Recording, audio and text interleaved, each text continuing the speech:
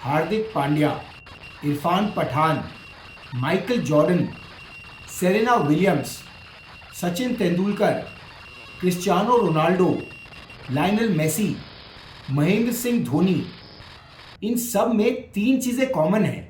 Dedication, focus और training से कोई भी एथलीट बन सकता है, लेकिन एलीट एथलीट्स में कुछ तो और भी है। Hello friends, welcome back to the channel. मेरा नाम है शांतनु दीक्षित। इंडिया एक कृषि प्रधान देश है और क्रिकेट प्रधान भी। हमारे प्रधानमंत्री क्या कर रहे हैं उससे ज्यादा जरूरी शायद ये है कि हमारी क्रिकेट टीम का प्रधान क्या कर रहा है। इंडियन क्रिकेट के सबसे सक्सेसफुल कैप्टन्स में है एमएसडी। धोनी के बड़े भाई नरेंद्र भी क्रिकेटर बनना चाहते थे, बट इस काम को पूरा किया धोनी फैमिली के छोटे बेटे महेंद्र ने। पर एमएसडी की राह आसान नहीं थी। घर में पैसे की तकलीफ थी और इसलिए महेंद्र सिंह धोनी ने अपना रास्ता खुद बनाया। उन्होंने कुछ समय ट्रेन टिकट कलेक्टर की तरह भी काम किया ताकि पैसे के साथ साथ अपॉर्चुनिटी भी आए। इंडियन क्रिकेट के एक और फॉरवर्ड कैप्टन, भारत रत्न सचिन तेंदुलकर। सचिन अपने क्रिकेटर बनने का श्रेय अपने बड़े भाई को देते हैं। अजीत खुद भी क्रिकेटर बनना चाहते थे, पर उन्होंने अपना सपना सचिन से पूरा करवाया। बास्केटबॉल के गोट माइकल जॉर्डन के दो बड़े भाई हैं और ये दोनों ही बास्केटबॉल प्लेयर्स हैं। बचपन में ये दोनों माइकल से लंबे और तगड़े थे और माइकल को बास्केटबॉल में अक्सर हरा दिया करते थे। माइकल जॉर्डन कहते हैं कि उनमें अपने बड़े भाई लैरी से हारने से आग लग जाती थी। आग इन अ गुड वे, जो आपको कुछ नया और अलग करने के लिए मजबूर करती है।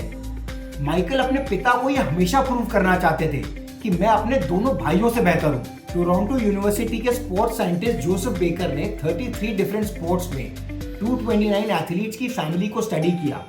उन्होंने एथलीट्स को दो ग्रुप्स में बांटा, एलीट और नॉन एलीट। उन्होंने पाया कि एलीट एथलीट्स के ऑन एन एवरेज 1.1 बड़े भाई बहन थे और नॉन एलीट एथलीट्स के ऑन एन एवरेज 0.6 बड़े सिबलिंग्स। रिचर्ड विलियम्स के बारे में जब भी बात होती है तो स्ट्रिक्ट और सनकी के बीच की लाइन थोड़ी धुंधली हो जाती है।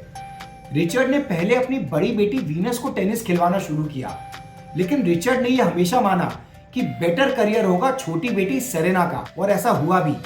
बड़ी बेटी वीनस विलियम्स ने 3 ग्रैंड स्लैम जीते, जो अपने आप में बड़ी बात है, लेकिन छोटी बेटी सेरेना तो विमेन्स टेनिस की गोट ही बन गई 23 ग्रैंड स्लैम्स के साथ। अब रिचर्ड विलियम्स को ऐसा क्यों लगा ये तो आर्ग्यूएबल है, लेकिन 2014 में फ्रैंक सलोवे ने 700 पेयर्स ऑफ एथलीट ब्रदर्स पर एक रिसर्च की।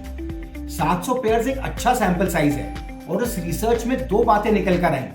ये दोनों बहुत ही स्पेसिफिक स्टैट हैं और बहुत ही इंटरेस्टिंग है। छोटे भाई के अपने बड़े भाई से 250% ज्यादा चांस थे बेटर करियर स्टैट के, और छोटे भाई का अपने बड़े भाई से ऑन एन एवरेज 2.5 साल लंबा करियर स्पैन था। ड्रेक में अमेरिकन फुटबॉल के क्वार्टरबैक हैं। उनकी हाइट है 6'4", 6 फुट 4 इंच। वो फील्ड पर किसी ग्लैडिएटर जैसे दिखते हैं, पर घर पे अपने बड़े भाइयों के सामने वो छुप जाते हैं। उनके 3 बड़े भाई हैं और तीनों ही उनसे लंबे। घर पर ये तीनों मिलकर ड्रेक को बौना साबित कर देते हैं और अपनी इसी कमी को या फिर अपने बड़े भाइयों की स्ट्रेंथ को ड्रेक अपने सक्सेसफुल होने का रीजन बताते हैं। बचपन में लंबे और ताकतवर भाइयों से जीतना नामुमकिन था और इसी कमी ने ड्रेक को ज्यादा फास्ट और फ्लेक्सिबल बना दिया। मार्क कार्टर ने इंग्लिश प्रीमियर लीग के 100 best footballers of all time की फैमिलीज को स्टडी किया। 100 में से 81 फुटबॉलर्स के बड़े भाई बहन थे, यानी कि 81% फुटबॉलर्स छोटे भाई थे। अगर आप इस स्टडी को नैरो डाउन करोगे स्ट्राइकर्स में तो भी यही परसेंटेज इंटैक्ट रहेगा। ऑल टाइम 30 गोल स्कोरर्स में 24 स्ट्राइकर्स के बड़े भाई बहन थे। क्रिस्टियानो रोनाल्डो के 3 बड़े भाई बहन हैं और लायनल मेसी के 2 बड़े भाई। यही है यंगर सिबलिंग इफेक्ट, जहां पे यंगर सिबलिंग के स्पोर्ट में एक्सेल करने के 2.5 गुना ज्यादा चांसेस हैं एज कंपेयर टू देयर बड़े भाई या बहन। 2.5 टाइम्स 250% एक बहुत ही बड़ा नंबर है।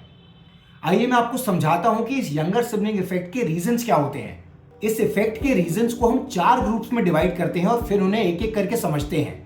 पहला है साइकोलॉजिकल। थियरी यह है कि एथलीट्स तब ज्यादा सीखते हैं जब चैलेंज डिफिकल्ट होता है और वो हार जाते हैं। जनरली फैमिलीज में बड़े भाई या बहन को परसीव किया जाता है as more honest and disciplined. वहीं छोटे भाई बहन को जनरली नजरअंदाज कर दिया जाता है बचकाना या कैजुअल बोल के, जिसकी वजह से छोटे भाई बहन ज्यादा कॉम्पिटिटिव हो जाते हैं क्योंकि उन्हें हर सिचुएशन में अपने आप को प्रूव करने की जरूरत पड़ती है। एंडी मरे को अपने फॉर्मेटिव ईयर्स में अपने बड़े भाई से कंपेयर किया जाता था और सब मानते थे कि एंडी का बड़ा भाई आज भी उससे बेटर प्लेयर है और आगे चल के भी ज्यादा बेटर करियर स्टार्ट उसके बड़े भाई जेमी का ही होगा। इस डेली के कंपैरिजन ने एंडी को बहुत ही कॉम्पिटिटिव बना दिया। दूसरा रीजन है फिजिकल। बड़े भाई अपने छोटे भाई से ज्यादा स्ट्रॉन्ग होते हैं और उन्हें स्पोर्ट में ऑलमोस्ट हमेशा हरा देते हैं। ये छोटों को इनोवेट करने पे मजबूर करता है। सो गेम हो जाता है साइज और स्ट्रेंथ वर्सेस क्रिएटिविटी और स्ट्रैटेजी, और ये स्ट्रैटेजी और क्रिएटिविटी छोटों के साथ हमेशा रहती है, तब भी जब वो साइज और स्ट्रेंथ में सबके बराबर हो जाते हैं। और इस यंगर सिबलिंग इफेक्ट को प्रोफेशनली एक्सप्लॉइट फुटबॉल जैसा और कोई स्पोर्ट नहीं करता। आप भले ही क्लब फुटबॉल ना फॉलो करते हो, बट आपने एफसी बार्सिलोना का नाम तो सुना ही होगा। बार्सिलोना की यूथ अकेडमी ला मासिया एक फुली रेजिडेंशियल और ट्रेनिंग अकेडमी है बच्चों के लिए। इस अकेडमी में एजुकेशन, ट्रेनिंग और अकोमोडेशन 6 साल से ऊपर के प्रोस्पेक्ट्स को प्रोवाइड किया जाता है बार्सिलोना के ही एक्सपेंस पर। आइडिया है कि यंग बच्चों को एक ऐसा एनवायरनमेंट मिले जो उनके टैलेंट को और निखार दे।